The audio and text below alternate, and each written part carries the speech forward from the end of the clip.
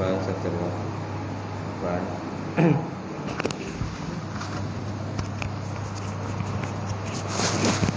Baik. Kita buka pengajian pada pagi ini dengan kita sama-sama membaca Ummul Kitab. Ila hadratin Nabi Muhammad Mustafa Rasulullah sallallahu alaihi wasallam wa ala al-kiram wa ashabil izam sya'ulahul Fatihah. A'udzu billahi minasyaitonir rajim. Bismillahirrahmanirrahim. Alhamdulillahirabbil alamin. Ar-Rahmanir Rahim. Maliki yaumiddin. Iyyaka na'budu wa iyyaka nasta'in. Ihdinas siratal mustaqim. Siratal ladzina an'amta 'alaihim ghairil maghdubi 'alaihim waladdallin. Amin. Assalamualaikum warahmatullahi taala wabarakatuh. Alhamdulillahilladzi nahmaduhu wa nasta'inu wa nastahdi wa na'udzu billahi min syururi anfusina wa min sayyiati a'malina. May yahdihillahu fala mudhillalah wa may yudhlilhu fala hadiyalah. Asyhadu an la ilaha illallah wahdahu la syarikalah wa asyhadu anna Muhammadan 'abduhu wa rasuluh. Allahumma salli wa sallim ala sayyidina wa nabina wa habibina wa maulana Muhammad imamil muttaqin wa qaidul mujahidin wa ala alihi wa sahbihi wa man da'a bi da'watihi wa sanna bi sunnatihi ila yaumiddin. Rabbi israh li sadri wa yassir li amri wa hlul 'uqdatam min lisani yafqahu qawli. Subhanaka la ilma lana illa ma 'allamtana innaka antal alimul hakim. Wala haula wala quwwata illa billahil alim azim. Qala Allah Subhanahu wa ta'ala fil Qur'anil Karim. Ba'da auzubillahi minasyaitonir rajim. Bismillahirrahmanirrahim. Ya ayyuhalladzina amanu taqullaha wartanzun nafsun ma qaddamat liqad wattaqullaha innallaha khabirum bima ta'malun. Shadaqallahul azim. Maksudnya, wahai orang beriman, takutlah kamu kepada Allah Subhanahu wa taala dan perhatikanlah apa-apa yang kamu persiapkan untuk hari esok, yaitu hari akhirat. Dan takutlah kamu kepada Allah Subhanahu wa taala, sungguhnya Allah taala Maha meliputi terhadap apa-apa yang kamu kerjakan. Waqala Nabi sallallahu alaihi wa ala alihi wa sahbihi wa baraka wa salam, may yuridullahu bihi khairan yufaqihu fiddin. Maksudnya, barang siapa dikenaki Allah Ta'ala akan kebajikan dan saya berikan kepahaman di dalam agama. Nawaitu ta'aluma wa ta'lim wa tazakkur wa tazkir wa naf'a wal intifa' wal ifadatu istifadah wal hasa ala tamassuki bi kitabillah wa sunnati rasulih wa du'a ilal huda wa dalalati ilal khairi ibtigha'a wajhillah wa mardati wa qubihi wa sawabihi subhanahu wa ta'ala. Yang dihormati Pak Imam kita,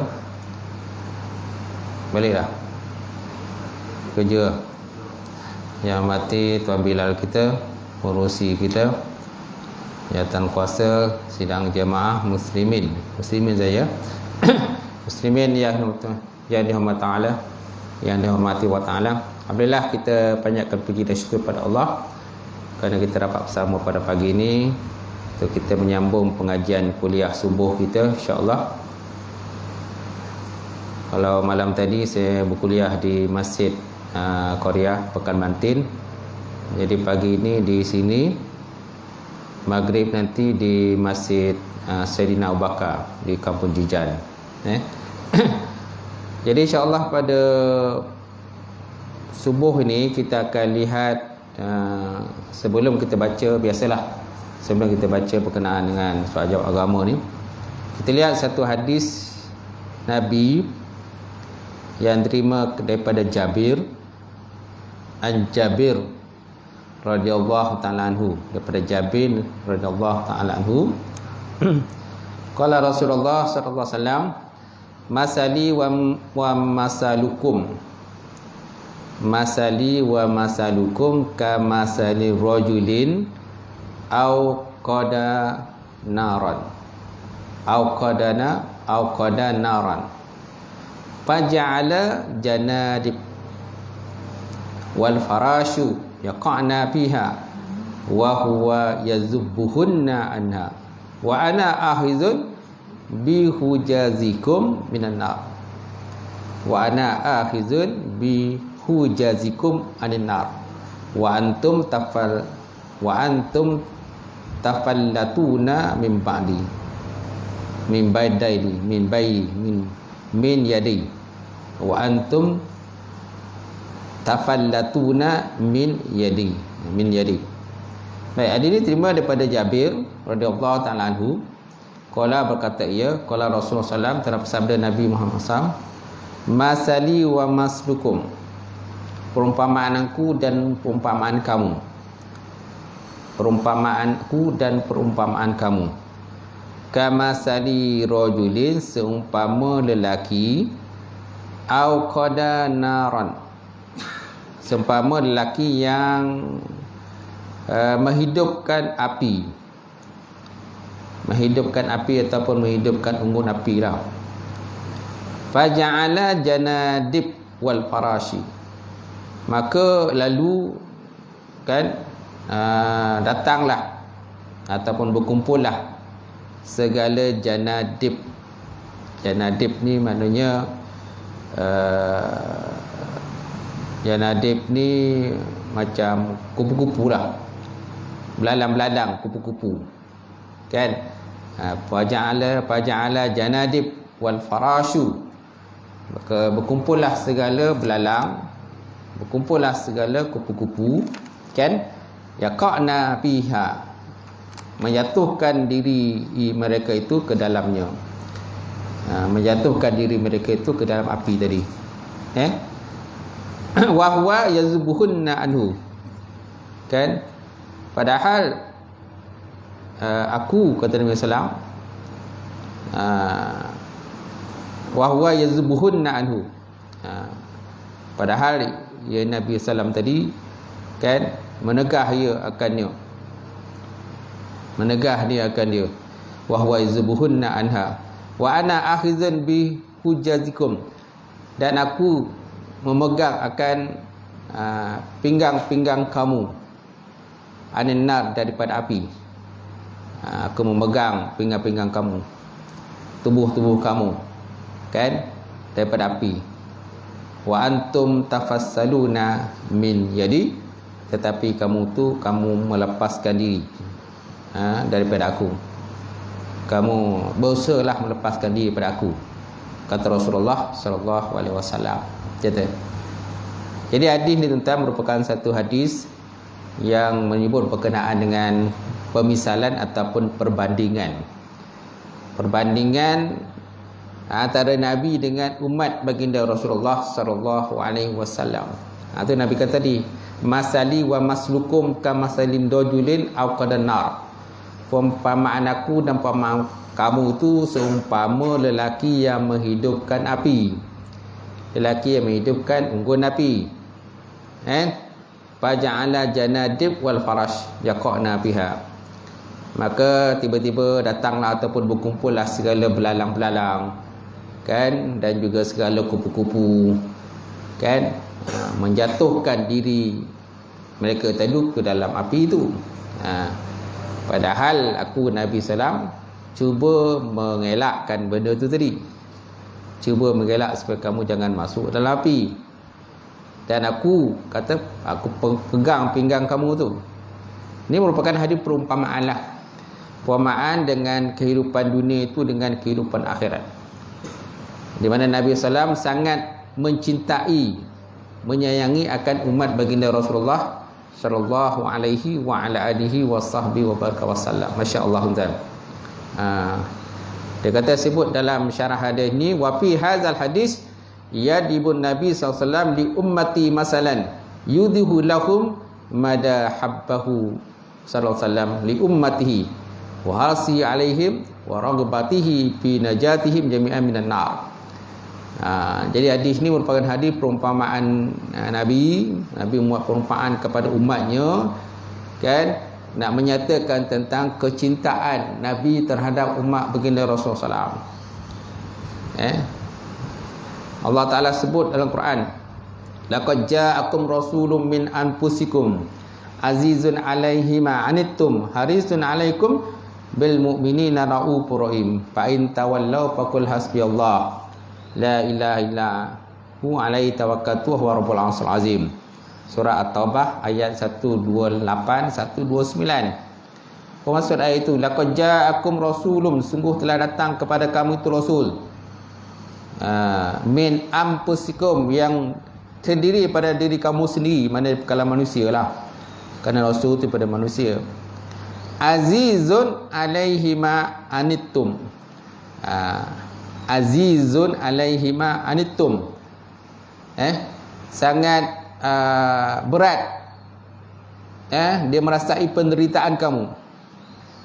Jadi apa yang kita derita sangat berat kepada Rasulullah SAW. Azizun alaihi ma anittum harisun alaikum, dan sangat menginginkan di antara kamu itu keimanan dan juga keselamatan. Alaikum bil mu'minina raufur rahim, dan dengan orang beriman Nabi itu mempunyai sifat raufur rahim, pengasih penyayang kepada umat baginda Rasulullah SAW. Jadi ayat dalam surah At-Taubah ni dia ada kaitan dengan hadis ini tuan. Maka Rasul itu nak sebut di situ bahawa Rasul itu Nabi Muhammad SAW tadi, sifatnya antaranya lah azizun alaihi ma anittum, sangat berat dia merasai penderitaan yang kamu alami. Ini yang menyatakan cinta dia kepada umat Nabi tu. Mana kalau umat dia rasa tersepit, umat dia rasa ditindas, umat dia rasa diperhinakan, Nabi sangat berasa dah lah. Terasalah itu. Tersentuhlah hati Nabi, terasalah dia. Bukan sebahagian daripada kita ni, kalau apa yang berlaku pada umat Islam yang lain tak rasa apa-apa. Itu contohnya contoh umat Islam di Palestin, contohnya itu umat Islam di Palestin, lantaklah kau. Atau umat Islam di negara lain yang ditindas, contoh di Myanmar dulu kan, mana-manalah umat Islam ditindas di Syria. Itu umat Islam di sana, kita tak ada rasa apa-apalah, lantaklah kau. Jadi sifat Nabi ni tak begitu. Azizun alaihi ma anittum, maknanya sangat berat penderitaan yang dialami oleh kamu. Mana dia terasa berat pada dia lah. Bukan sebahagian kita ni tidak ada perasaan sensitif apalah. Kalau kita hidup senang, kita hidup dalam keadaan aman damai, tidak ada apa-apa peperangan dan sebagainya. Yang banyak mati ni ialah mati di jalan raya. Malaysia ni banyak mati di jalan raya. Negara-negara Arab tu banyak mati berperang, itu dapatkan mati syahid. Tapi orang mati jalan raya pun syahid juga. Kerana syahid ni ada 3 jenis. Dia ada syahid dunia, syahid akhirat. Syahid dunia dan akhirat. Syahid dunia dan akhirat ialah syahid mati dalam peperangan. Mati dalam peperangan melawan tentera kufar, kan, kemudian mati, kan, dan niat itu mati untuk kerana Allah Ta'ala, maka dia mengatakan mati dalam peperangan. Mati syahid dunia dan akhirat, itu pertama. Yang kedua, mati syahid dunia. Mati syahid dunia ni dia niat dia pergi perang itu semata-mata untuk dapatkan nama, semata-mata untuk dapat harta rampasan perang, semata-mata nak dapat wanita yang ditawan dalam peperangan, untuk dijadikan sebagai gundik mereka. Itu dikatakan sebagai orang yang mati syahid dunia, mana akhirat tak ada bahagian lagi, hanya dapat bahagian dunia sahaja. Kemudian yang ketiga, iaitulah mati syahid akhirat, ialah seperti mati tenggelam, mati kebakaran, mati dihimpap benda yang berat, besar dan sebagainya. Itu dikatakan mati, kalau perempuan tu mati ketika melahirkan anak. Itu dikatakan mati syahid akhirat. Maknanya syahid akhirat ni daripada segi hukum dunia, kita tak nampak pun dia mati syahid, sebab dia tak terlibat dalam peperangan. Tapi dikatakan sebagai mati syahid akhirat, dan cuma di dunia dia kena dilakukan, diuruskan sebagaimana orang yang mati biasa.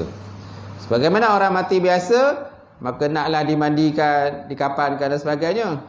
Itu juga dengan orang yang mati syahid akhirat ini, kata mati kebakaran, mati tenggelam, mati dihimpap dengan benda yang berat dan sebagainya, maka dikatakan mati syahid akhirat. Masya-Allah, tuan. Jadi kita kembali kepada hadis tadi. Nabi berkata, perumpamaan aku dan perumpamaan kamu samalah seperti seorang lelaki yang menyalakan api. Macam tu.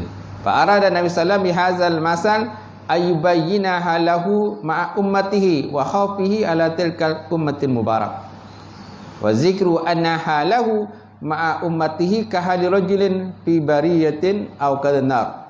Faja'ala jarat wal farash yutiru bi sur'atin nahwil nar. Maka Nabi sallallahu dengan ini perumpamaan, ini pemisalan, bahawa nak menyatakan tentang keadaan umat dia. Nabi nak cerita tentang keadaan umat dia, Nabi, dan juga hal umat dia, dan dia takut akan terjadi. Kalau kau nak selamat, kau nak ikut jalan ni. Kalau kau tak nak selamat, ikut jalan ni. Aku dah bagi garis panduan berkenaan Islam, tapi banyak di kalau umat aku tu tak nak ikut. Dia pergi ikut jalan kiri, aku dah bagi jalan kanan. Dia tak nak jalan kanan, pergi jalan kiri. Itu yang berlaku pada Nabi SAW. Nabi umat perumpamaan, bercandakan tentang hal umat dia dan takut tentang apa terjadi pada umatnya. Maka Nabi menyebut berkenaan dengan perumpamaan lelaki tadi yang menghidupkan api. Bila Nabi menghidupkan api, lelaki itu menghidupkan api, tiba-tiba belalang dan kupu-kupu terbang bisyur'atin, dengan cepat, nahwan nar, jatuhkan diri dalam api, yaqa'na fiha. Kenapa? Ini merupakan kebiasaan kepada kupu-kupu, belalang-belalang, mereka suka api. Suka api kan. Apalagi kalau kita buat unggun api dalam hutan. Bila kita buat unggun api dalam hutan, semua binatang-binatang, serangga-serangga yang kecil ni, mereka akan terbang untuk mengejar api tadilah. Nampak? Dan kejar tu bukan kejar perlahan, cepat dan masuk dalam api tu. Jadi sengaja nak binasakan diri dalam api tu. Gitu. Baik. Kemudian wa ana akhizan bi hujazikum anan. Dan aku yang akan mengambil dengan pinggang kamu daripada api. Ya, ini kerana aku nak menegahkan kamu terjatuh dalam api. Walakinnakum, tetapi kamu tafallatuna min yadi, tetapi kamu berusaha melepaskan diri daripada aku. Nabi nak pegang dah pinggang kita ni. Nabi buat syariat. Jadi syariat itu memakan seperti Nabi memegang pinggang kita lah. Pinggang kita jangan jatuh dalam api. Tapi kamu berusaha nak lepaskan diri, nak jatuh juga dalam api, nak masuk juga dalam api. Nampak tak? Ini antara sifat manusia lah. Kerana manusia ni dia ada nafsu, keinginan, dan selalu menyalahkan diri, melepaskan diri daripada syariat yang telah pun digaris panduankan oleh baginda Rasulullah sallallahu alaihi wasallam. Masya-Allah hamdan. Baik. Jadi Nabi sallam, sifat Nabi ini sangat prihatin kepada umat baginda Rasulullah.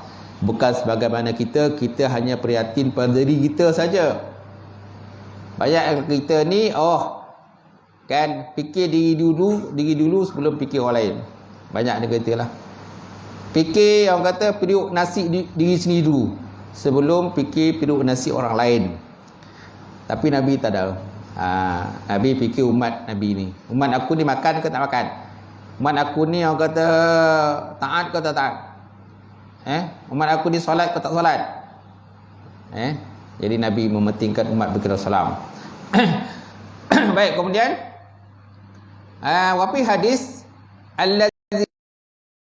Abdullah bin Umar anna Nabi sallam ta'ala qaulu Nabi qala Allah azza wa jalla fi Ibrahim. Dan sabit pada hadis ini yang diriwayatkan daripada Muslim daripada Abdullah bin Umar, sesungguhnya Nabi sallam telah membaca akan perkataan Allah Subhanahu wa taala berkenaan sani fa innaka ghafurur rahim. Rabbi, ya Allah Tuhanku, kan Allah taala ini Ibrahim berdoa kepada Allah, Rabbi innahunna adlalna katsiran minan nar. Ya Allah Tuhanku, sesungguhnya patung berhala itu telah banyak menyesatkan kebanyakan pada manusia. Faman tabi'ani, maka barang siapa ikut akan aku, fa innahu minni, maka sungguhnya ia daripada aku. Wa man asani, maka barang siapa yang melakukan maksiat kepadaku, fa innaka ghafurur rahim, maka sungguhnya engkau ya Allah, Kau Maha Pengampun lagi Maha Penyayang. Ini doa yang dipanjat kaum Ibrahim kepada Allah Ta'ala apabila dia melihat kebanyakan daripada umatnya sesat. Umatnya sesat. Termasuklah ayah Nabi sendiri kan, yang bernama Azar. Ada riwayat menyatakan Azar itu bukannya ayah Nabi Ibrahim. Azar itu ialah pakcik kepada Nabi Ibrahim. Kerana mustahil lah orang kata Nabi Ibrahim ni punya ayah yang menyembah patung berhala.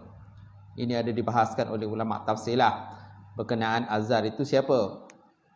Dan ada yang mengatakan Azar itu ialah ayah Nabi sallallahu alaihi wasallam, Nabi Ibrahim sendiri, yang mana ayah itu membuat patung berhala dan patung berhala itu dijual kepada kaum dia dan kaum dia menyembah patung berhala. Jadi Ibrahim doa kepada Allah Taala, Rabbi innahunna adlalna katsiran minan nas. Ya Allah Tuhanku, sungguhnya aku melihat kebanyakan patung berhala tadi telah menyebabkan manusia sesat. Maka barang siapa ikut aku, maka sungguhnya ia daripada aku. Dan barang siapa melakukan maksiat kepadaku, maka sungguhnya Allah Ta'ala itu Maha Ghafur, Maha Pengampun lagi Maha Penyayang. Kemudian Nabi Isa AS juga pernah berkata, In tu'azzibuhum fa innahum ibaduk, wa in taghfir lahum fa innaka antal azizur rahim. In tu'azzibuhum, jikalau diazab akan mereka itu, fa innahum ibaduk, maka sungguhnya mereka itu ialah hamba engkau. Wa in taghfir lahum, maka jikalau diampunkan bagi mereka itu, fa innaka antal azizur hakim, maka sungguhnya engkau tu maha gagah lagi maha bijaksana. In tu'azzibuhum, jikalau diazab akan mereka. Jikalau diazab akan mereka, ini kata Nabi Isa lah. Fa innahum ibaduk, maka sesungguhnya mereka itu sebenarnya memang hamba engkau.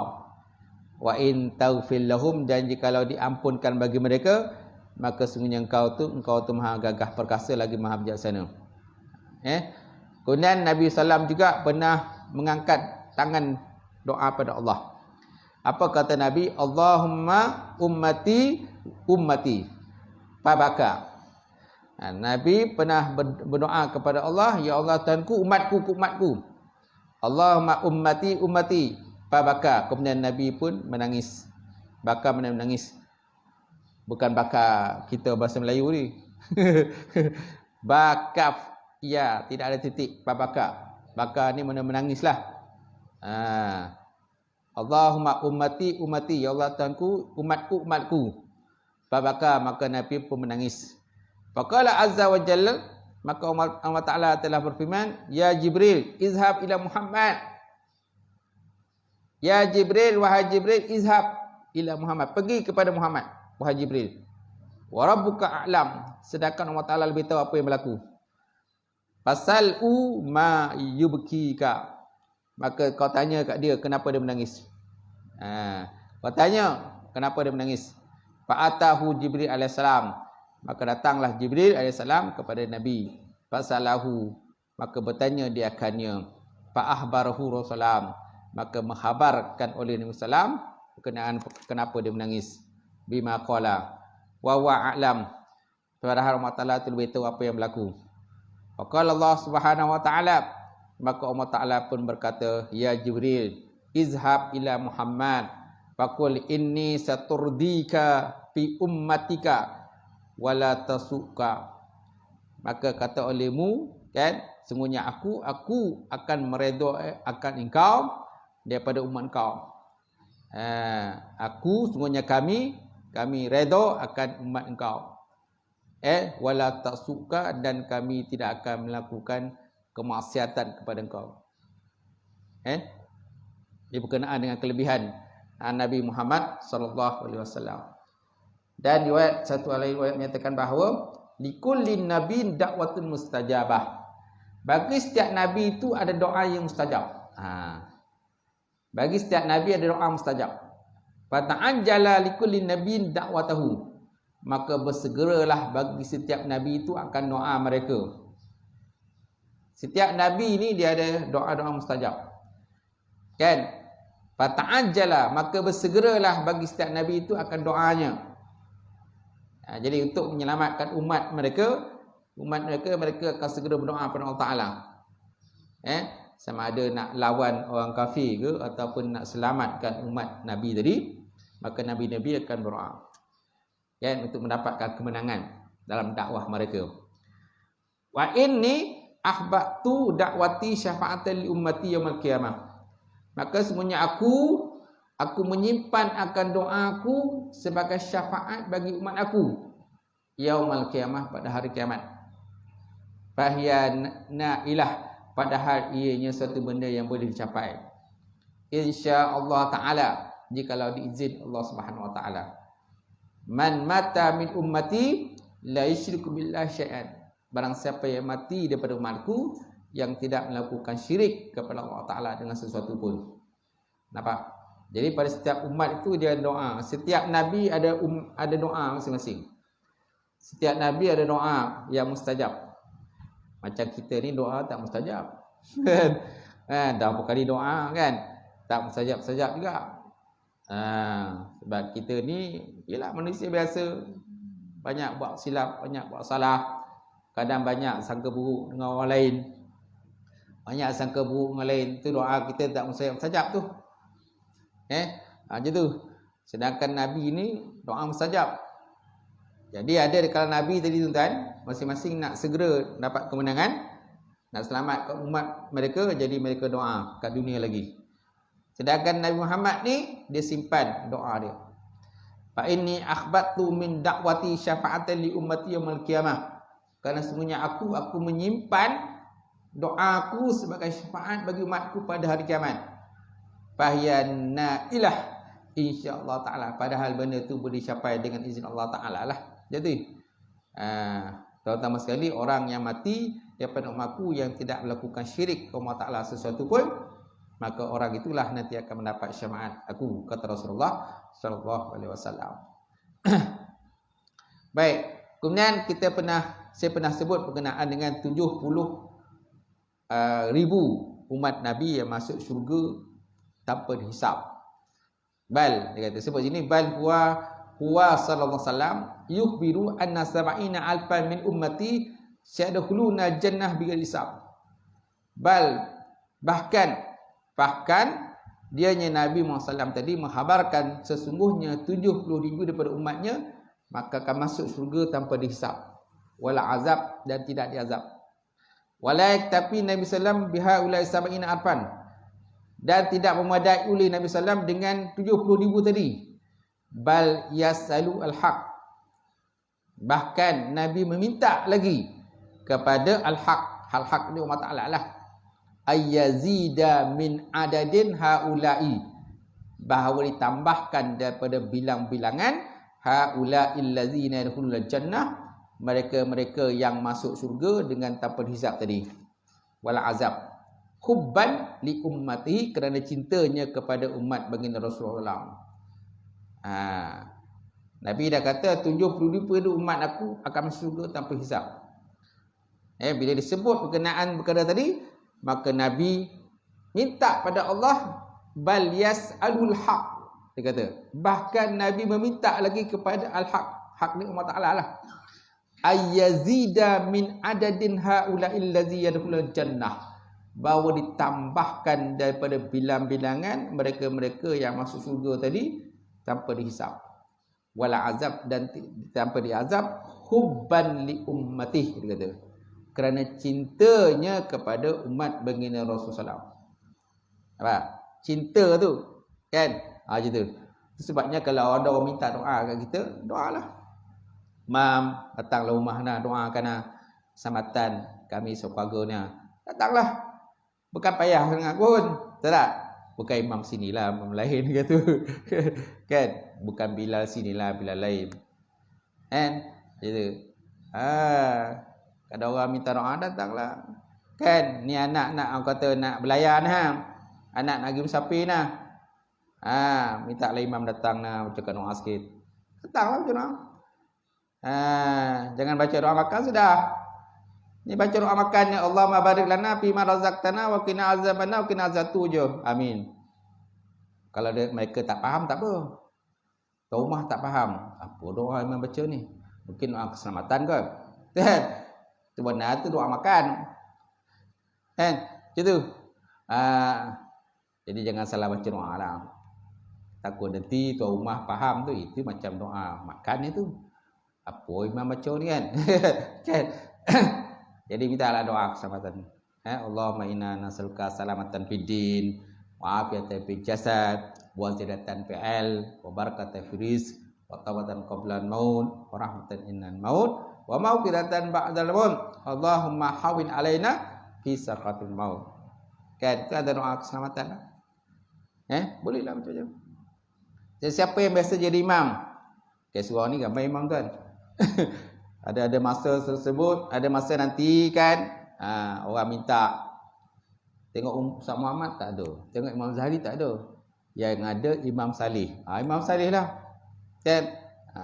Tuan minta datang ke rumah baca doa lah. Anak nak pergi musafir lah. Pergilah. Dia doa. Walaupun doa pendek. Macam tu. Antaranya doa keselamatan lah je tu. Baik. Jadi Nabi SAW minta ditambahkan bilangan 70,000 tadi kepada umat Islam. Baik, kemudian uqtitu sab'ina alfan min ummati yadkhuluna jannah bi hisab.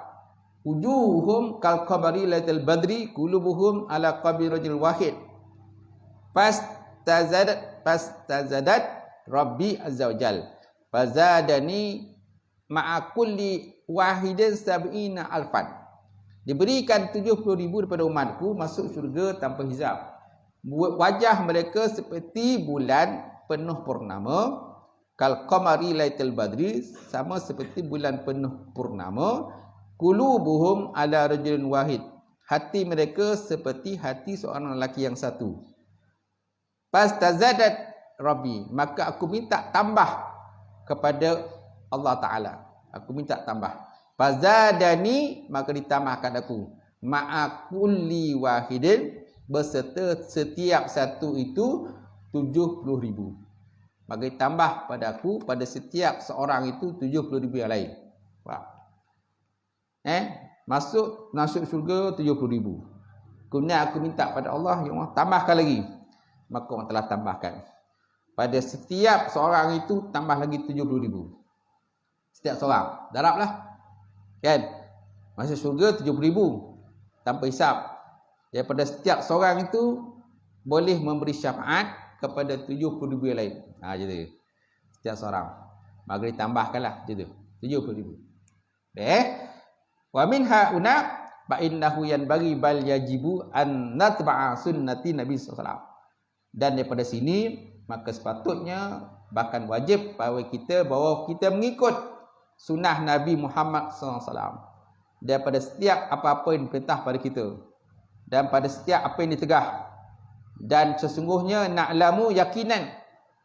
Wa anna lama yakinan anna sallam ya lam ya'maruna bi syai'in illa wa fihi kullu khair. Dan sesungguhnya kami tahu dan kami yakin sesungguhnya Nabi sallam tidak menegah akan kami, tidak memerintahkan kami kecuali padanya setiap kebaikan. Kami tak perintah pada kami sesuatu kecuali padanya terdapat setiap kebajikan, dan tidak ditegahkan kami dari sesuatu kecuali padanya ada setiap keburukan. Wala yanhahana an syai'in illa wa fi 'ainin syar. Dan Nabi tak tegah pada kita kecuali mesti adanya keburukan itu. Takkan saja Nabi tegah. Oh, babi tak boleh makan. Kan? Kenapa Nabi tegah tak boleh makan? Kenapa Islam kata tak boleh? Sebab di situ adanya keburukan. Di situ adanya keburukan. Tak? Aurat mesti ditutup. Lelaki auratnya macam mana, perempuan macam mana aurat dia. Kan? Nabi dah kata macam ni aurat lelaki, macam ni anak perempuan aurat dia. Apabila berjumpa dengan bukan mahram kita. So kena ikutlah. Jangan duk main-main. Pakai tudung separuh, kan? Jambul separuh. Separuh tutup, separuh nampak jambul. Kan? Main-mainlah. Main-main berkenaan peraturan Islam. Kan? Sehingga kalau pakai lelaki tu, lelaki auratnya terpusat dengan lutut. Kan? Dia pakai seluar pendek, separuh tutup, separuh nampak. Tak? Sedangkan aurat terpusat dengan lutut. Jadi tutup tu bahagian alat aja. Bahagian alat tutup. Ada sebahagian tutup langsung. Ada sebahagian tutup sikit je. Contohnya orang itulah yang bina badan kan. Orang pertandingan bina badan tu tengoklah macam mana. Kan? Ditutup dia punya tu je lah. Senjata sulit dengan benda tu ditutup. Tapi benda lain diperagakan. Sebab apa? Hakim nak menilai. Hakim nak nilai paha dia macam mana, buntut dia macam mana. Sebaik hakim tak nilai alat tu sekali. Kalau hakim nilai alat tu sendiri, mana alat tu pun kena tunjukkan sekali. Hakim kata, oh aku nak tengok yang tu sekali sebab nak nilai. Berapa bekah nak bagi. Right? Tapi tidak. Jadi tutup bahagian tu lah. Kalau dia suruh buka, kau nak buka. Kalau tidak kan, potong Mekah. Tak? Gitu. Jadi Islam dah berikan garis panduan. So kena ikut lah. Mana yang diikut itu, diperintah tadi maknanya terdapatnya kebaikan. Dan mana tegah tu kerana terdapatnya keburukan ke situ. Fa'inna Nabi sallam lam taraka khairan illa waqad dallana alaih. Maka sungguh Nabi sallam tiada meninggalkan ia akan kebaikan kecuali sesungguhnya dia telah menunjukkan ia akan kami. Wa ma taraka syairan, dan tiada meninggalkan Nabi oleh keburukan, kejahatan, illa waqad hazarana minhu, melainkan kesungguh-sungguh Nabi telah beri peringatan pada kita. Nabi telah beri peringatan pada kita. Nampak? Jadi hadis ini merupakan hadis yang penting pada kita. Nabi nak sebut tentang perumpamaan tadi. Perumpamaan berkenaan dengan, kata perumpamaan aku dan perumpamaan kamu seperti lelaki yang menyalakan api tadi. Disebut dalam matan tadi. Masali wa maslukum kamasali rajulun awqadanar. Perumpamaan aku, perumpamaan kamu tadi perumpamaan seperti lelaki menyalakan api. Maka tiba-tiba datanglah kupu-kupu, serangga-serangga, rama-rama, menjatuhkan diri mereka itu ke dalam api itu tadi yang dibawa oleh kita tadi. Wa huwa yazubbuhunna anhu, padahal aku menegah mereka. Kan? Aku kadang-kadang contoh kalau kita di hutan, bila kita nyalakan api, kadang kita tak nak nyamuk masuk dalam gigit kita, kita akan buat kelambu kan. Buat kelambu ke kita pasang kemah kan. Kita pasang kemah supaya serangga jangan masuk lah. Ada di kalangan kita ada yang nyalakan ubat ubat nyamuk. Kan? Ada sebahagian kita ni nyalakan ubat nyamuk supaya kita jangan digigit oleh nyamuk bila berada lautan. Dan kita buat dengan api supaya nak menakutkan binatang-binatang lah. Antaranya supaya kita jangan duduk dalam gelap. Satu lagi, jangan duduk dalam gelap. Kalau lautan, jangan duduk dalam gelap. Lepas tu jangan pula orang kata kita jangan nanti mungkin binatang-binatang datang serang kita dan sebagainya. Maka kita dudukkan api. Kerana api ini sebahagiannya menakutkan binatang. Tetapi sebahagian binatang tak takut api. Macam serangga-serangga dia tak takut dengan api tu. Dia akan kejar api. Binatang-binatang besar dia takut dengan api. Rimau ke kan, singa ke dia takut dengan api. Dia lari daripada api tu. Tapi binatang kecil tak takut api. Serangga-serangga tak takut api. Jadi mereka ketekam masuklah api tadi. Jadi wa ana akhizun bihujazikum alana. Pada aku tadi aku memegang akan pinggang kamu, kata Nabi, perumpamaan dia. Wa antum tafatlatuna mini. Padahal kamu nak melepaskan diri pada aku. Semasa sibuk nak lepaskan diri, nak masuklah api tadi. Inilah Nabi perumpamaan api dunia dengan api akhirat. Api dunia akhirat, Nabi nak ubat perumpamaan ke situ. Yang mana perumpamaan ini kita kena fikirkan. Tak ada sahaja Nabi buat perumpamaan. Dalam Quran pun juga banyak ayat-ayat perumpamaan. Ayat-ayat pemisalan Quran banyak. Untuk apa? Supaya kita fikir. Kerana Quran ni memang tujuan kita baca dan kita fikir. Jangan kita hanya baca tapi tak fikir. Banyak kalau kita baca tapi tak fikir makna dia. Tak ada tadabbur. Kita kena baca dan tadabbur. Betul juga dengan hadis. Kita baca dan tadabbur dan kita amalkan. Banyak ada ini perumpamaan. Contoh ni ada perumpamaan ni. So kita kena ambil perhatianlah dengan apa yang disebut oleh Rasulullah berkenaan perkara tadi. Wallahu ta'ala. Bis. Kemudian kita lihat berkenaan soal agama itu. Saya pun lupa dah sampai soal jawab ke berapa. Ada tak?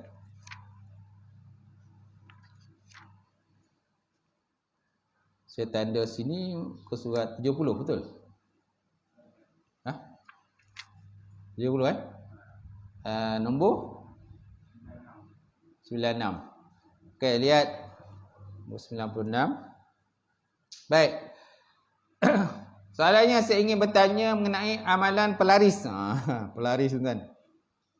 Saya ingin bertanya berkenaan amalan pelaris yang diamalkan seseorang di restoran. Peniaga restoran, kedai runcit dan sebagainya. Di samping mengadakan solat hajat dan amal ibadah lain untuk tujuan mendapat rahmat dalam mencari rezeki melalui perniagaan. Ada yang meletakkan beberapa jenis bentuk fizikal seperti besi, duit siling, beras, garam, gula dan sebagainya di premis perniagaan mereka. Sebab sebenarnya alatan ini digunakan adalah samar bagi saya. Ada yang merasakan bahawa ia adalah simbolik semata-mata. Dan rahmat serta kejayaan perniagaan adalah kehendak mutlak Allah Subhanahu Wa Taala. Jadi mereka menyatakan tidak salah meletakkan alatan seperti itu.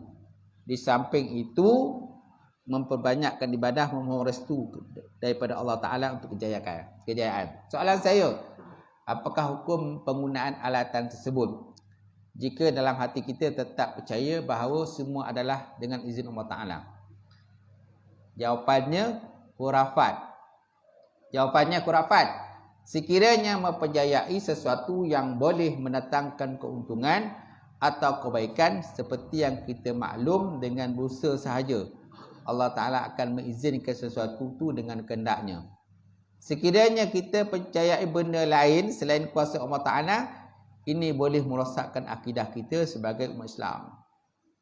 Alternatif terbaik ialah kita mengamalkan ayat Quran dan dijadikan doa dalam kehidupan seharian.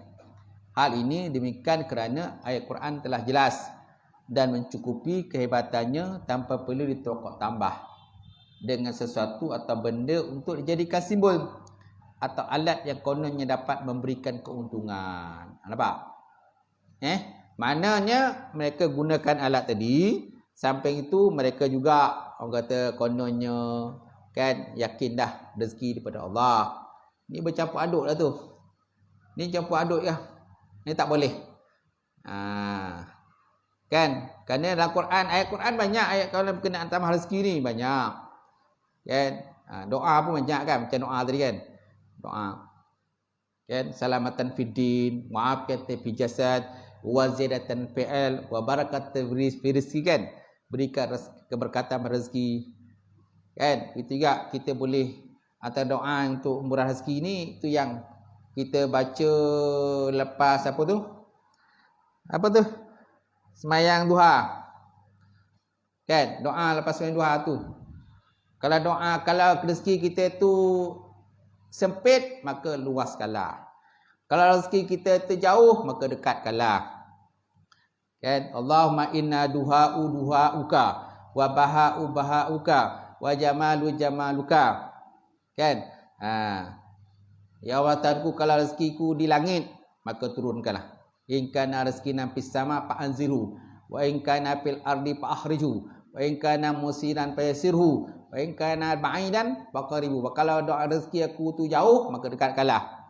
Wa in kana qalilan fa kasirhu. Kalau rezekiku sedikit, maka banyakkanlah. Bihaqi duha'uka, dengan hak duha waktu duha tadi. Bihaqi duha'uka wa baha'uka wa jamaluka wa ismatuka, kan? Kita lihat doa lepas sembahyang duha tu. Tu doa atau murah rezeki dia tu. Doa murah rezeki, kan? Amalkan doa tu. Amalkan rezeki. Betul juga, kita boleh baca selalu ya Razak, ya Razak. Amalkan Asmaul Husna tu boleh. Ya Razak, ya Razak. Ya wahai Tuhan yang banyak memberikan rezeki. Ya Razak, ya Razak, ya Razak, ya Razak, ya Razak, kan? Wahai Tuhan yang banyak memberikan rezeki. Amalkanlah doa. Amalkanlah Asmaul Husna tu, bagus. Kan? Kalau macam ni tadi bercampur aduk. Maknanya dia percaya pada besi, pada duit siling, beras, garam, kan? Untuk melariskan perniagaan mereka. Samping itu mereka pun kan yakin rezeki pada Allah. Ni dah campur aduk lah tu. Campur aduk tu tak diterima lah. Sama lah seperti umat jahiliah dulu. Sebelum kedatangan Islam, umat Arab jahiliah ni, kan, di samping mereka percaya kepada benda-benda yang bukan-bukan, mereka juga mengenakan haji. Pada musim haji, mereka mengerjakan haji. Pada musim umrah, mereka mengerjakan umrah. Mereka membesarkan Baitullah. Mereka tawaf di Kaabah. Mereka melakukan sa'i. Kan? Mereka juga wukuf di Arafah dan sebagainya. Mereka masih lagi mengamalkan syariat Nabi Ibrahim, Nabi Ismail yang sebelum tu. Tapi dalam masa yang sama juga, mereka juga percaya benda-benda yang tahlul. Kalau ditawaf di Kaabah tu dengan bertelanjang, kan? Kemudian tawaf di Kaabah dengan bertepuk tampang, kan? Lelaki perempuan tawaf Kaabah bertelanjang. Mereka juga percaya berkenaan dengan sial, benda-benda sial. Antara amalan orang Arab ni, kalau mereka nak sesuatu benda tu nak buat ke tak nak buat, contohnya mereka melepaskan burung ataupun melepaskan kijang. Kalau kijang itu pergi ke kanan, mereka kata ini baik. Kalau kijang itu berlari ke kiri, maka ini buruk. Itu juga mereka melepaskan burung. Contohnya burung, biasa orang Arab ni dia burung burung helang. Kan mereka suka burung helang ni. Kalau burung helang tu terbang ke kanan, mereka kata ini baik. Kan ini alamat tanda yang baik. Kalau terbang ke kiri, alamat buruk. Ini sebut dalam kitab Rahimul Maktum yang dikarang oleh Al-Mubarakfuri dalam sirah Nabawiyah, sirah Nabi Muhammad sallallahu alaihi wasallam. Jadi banyak perkara-perkara kesialan yang mereka percayalah.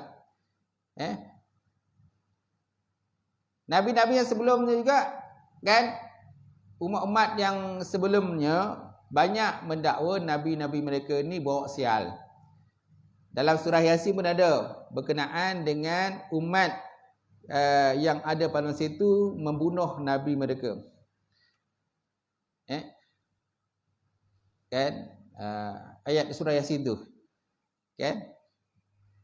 La illam yantahi lanajummannakum walamassannakum, kan? Kalau seandainya engkau tidak berhenti daripada berdakwah pada kami akan rejam engkau. Kami akan rejam. Qala ta'irukum ma'akum. Qala ta'irukum ma'akum la illam yantahi lanajummannakum walamassannakum min azabin alim. Sebenarnya kaulah yang bawa sial. Kamulah nabi-nabi itu bawa sial. Kalau kamu para nabi tak nak berhenti pada berdakwah pada kami, maka kami akan rejam kamu. Jadi kaum-kaum yang sebelum daripada umat Nabi Sallam tu, ada di kelak kaum ini, mereka mendakwa nabi-nabi mereka yang berdakwah pada mereka tu bawa sial. Contohnya kalau berlakunya kemarau. Kalau kaum tu didanda oleh kemarau yang panjang, mereka kata sial dibawa oleh nabi itu. Kalau kaum itu mendapat hujan yang banyak, mereka kata ini adalah daripada usaha mereka sendiri. Daripada usaha mereka, maka kan Tuhan berhala mereka, Tuhan batu berhala mereka suka pada mereka, maka dan mereka dapat hujan yang banyak dan tanaman-tanaman mereka menjadi. Kalau seandainya perkampungan mereka, tempat mereka itu dilanda oleh kemarau yang panjang, banyak binatang-binatang ternakan yang mati, banyak kata orang yang mati sebab air tak ada, mereka kata ini adalah sial yang dibawa oleh para nabi itu. Sial yang dibawa oleh para nabi dan rasul yang berdakwah kepada mereka. Ini tabiat umat-umat yang sebelumnya. Begitu juga dengan umat Nabi Muhammad ini pun ada juga yang percaya berkenaan dengan benda sial. Kalau ular masuk dalam rumah, kan, ular hitam masuk rumah, oh ni bawa sial.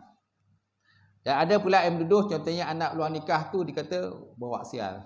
Kau jangan kahwin anak dengan anak luar nikah kerana dia bawa sial. Kan dia kata ni bawa sial. Dalam cerita Piramli pun ada. Kan berkenaan dengan Piramli yang bawa watak, orang kata si bongkok tu. Orang kampung marah dengan Piramli, si bongkok. Dia kata kau ni bawa sial dalam kampung ini. Maka si bongkok pun dipulaukan. Ada masanya si bongkok akan dipukul, kan, diterajang, disepak, kan. Mana si bongkok? Kan mereka tak terimalah dengan keadaan si bongkok dalam kampung tadi. Tapi rupa-rupanya si bongkok ni ada kelebihan dia. Dia pandai melukis. Dia pandai melukis batik, kan, dan cerita orang minyak tu, kan.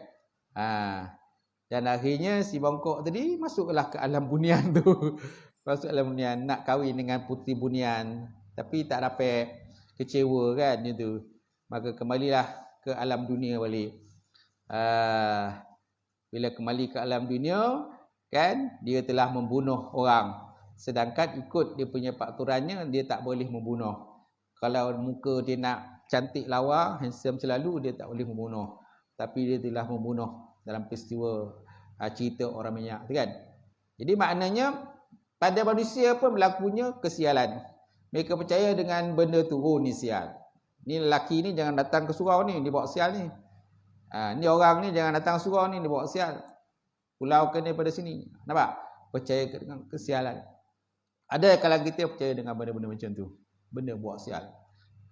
Sedangkan baik buruk itu semuanya asalnya daripada Allah Subhanahu Wa Taala. Masya-Allah, tuan. Kemudian soalan 97 sikit lagi. Oh ni panjang ni. Tak apa. Ustaz minta jelaskan hukum baca Quran dan hadiah pahala kepada si mati dalam kubur. Adakah itu bid'ah?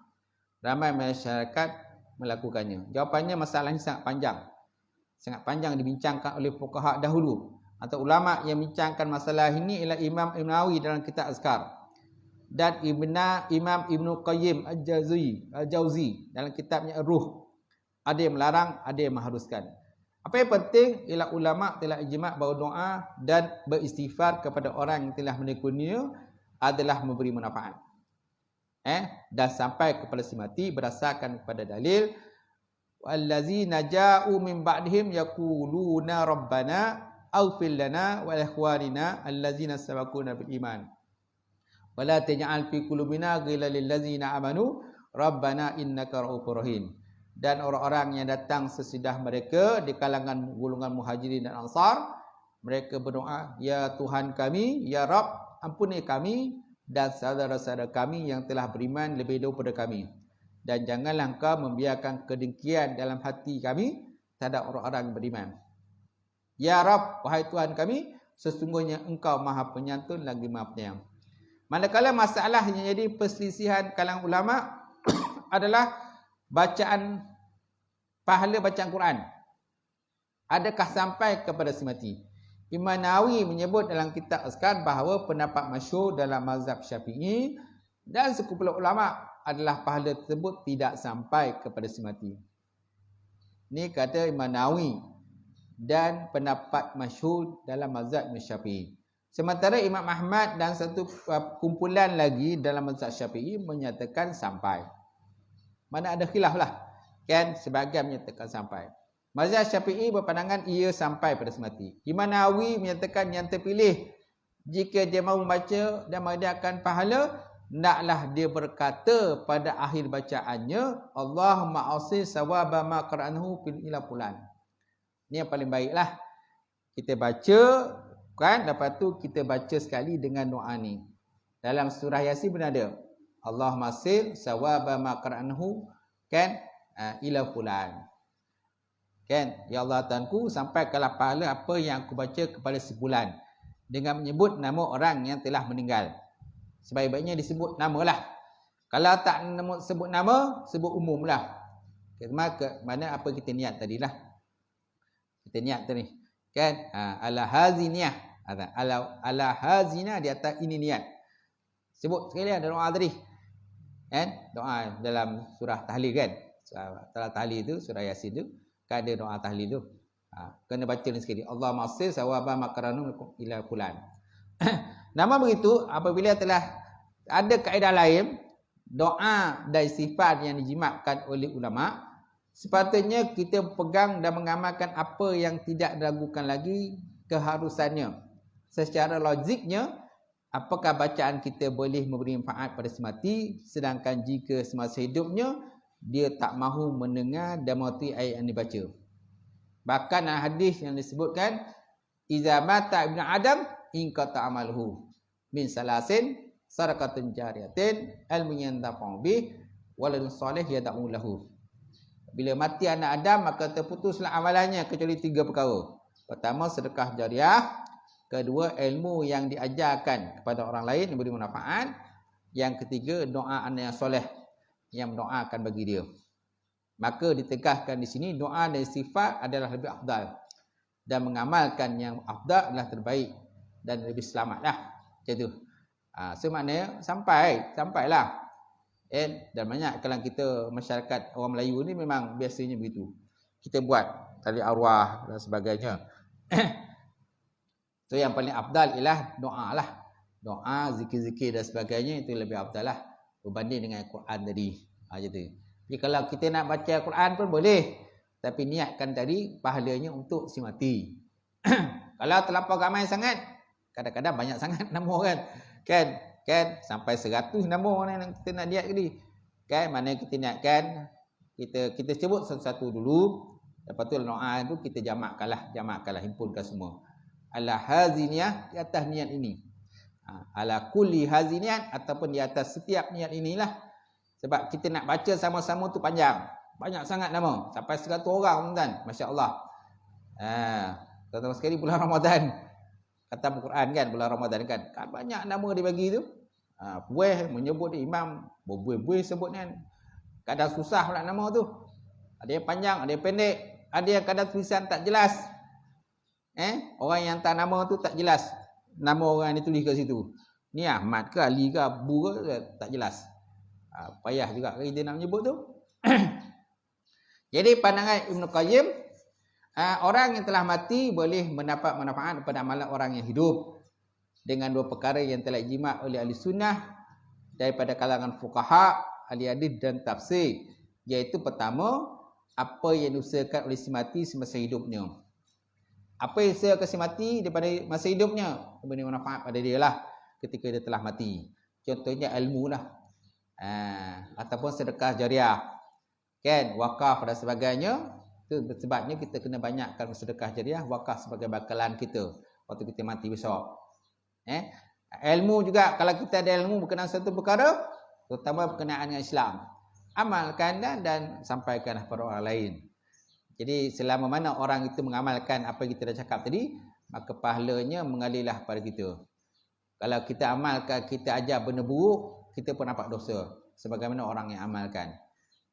Kita ajar pada orang ilmu mencuri, orang tu pun mencuri, kita mati. Orang tu masih hidup lagi, dia mencuri lagi, kita pun dapat dosa. Kita pun dapat dosa lah. Sebab apa? Kita mengajarkan dia ilmu mencuri. Kau nak mencuri macam ni ha.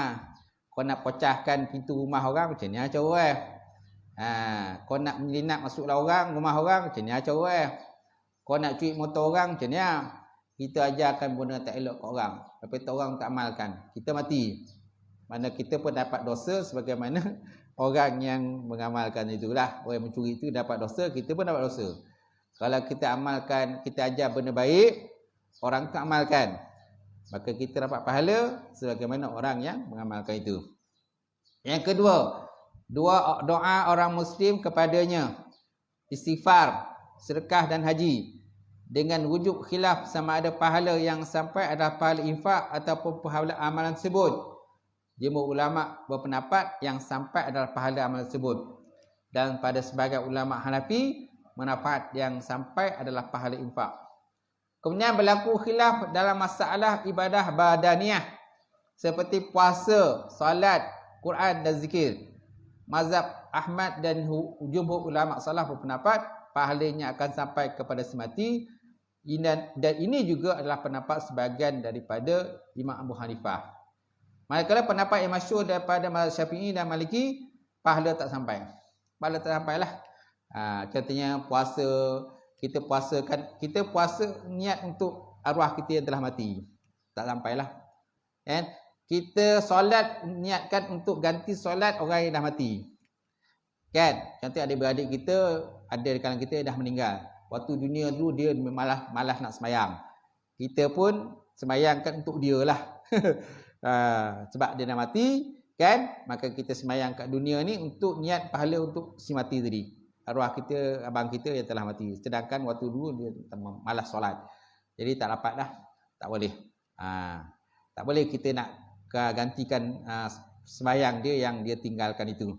Itu antara dia dengan Allah Subhanahu Wa Taala. Dia tanggunglah dia dengan Allah Taala. Baik.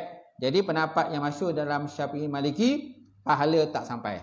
Sedangkan mazhab Ahmad jumhur ulama, sebahagian ulama salaf dikata sampai pada si mati. Dan ini juga adalah pendapat sebahagian daripada Imam Abu Hanifah. Yang masyhur dalam Syafi'i ini tak sampailah. Macam mana kita nak gantikan semayang dia sedangkan dia dulu tak nak semayang? Macam mana kita nak gantikan puasa dia dulu tak nak puasa? Kita juga dengan haji. Dia ada duit nak pergi haji tapi tak nak pergi haji. Kan? Ini boleh, di sebagian ulama minta boleh. Maksudnya dia katakan haji badal kan? Haji badal. Haji badal tu boleh ya. Haji badal. Maknanya kita menggantikan haji dia ketika dia tak dapat pergi haji. Tapi untuk macam solat tak boleh lah gitu. Wallahu a'lam bissawab wa ilaihi nurja'un. Cukup sekadar tu tuan-tuan perbincangan kita.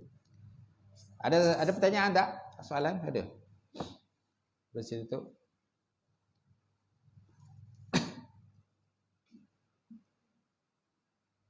Tak ada?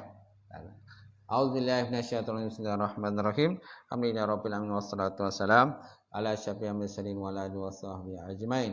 Allahumma zidna ilman nafi'a wa yaqina as-sadiqa ma'lum taqabbala wa rizqan halalan mubarakatan katsira wa siyana fataya alim wa lana qulubana bi nuri ma'rifataka wa tahana arifin. Allahumma faqina fid-din, Allahumma faqina bid-din. Allahumma ja'al hadza jam'an marhuma wa tafarruqana min ba'dihi tafarruqan ma'suma. Allahumma faqina fid-din, Allahumma faqina bid-din. Rabbana atina fid dunya hasanah wa fil akhirati hasanah wa qina adzabannar. Subhana rabbika rabbil izzati amma yasifun, wassalamu alal mursalin. Alhamdulillahi rabbil alamin. Qabalallahu minkum.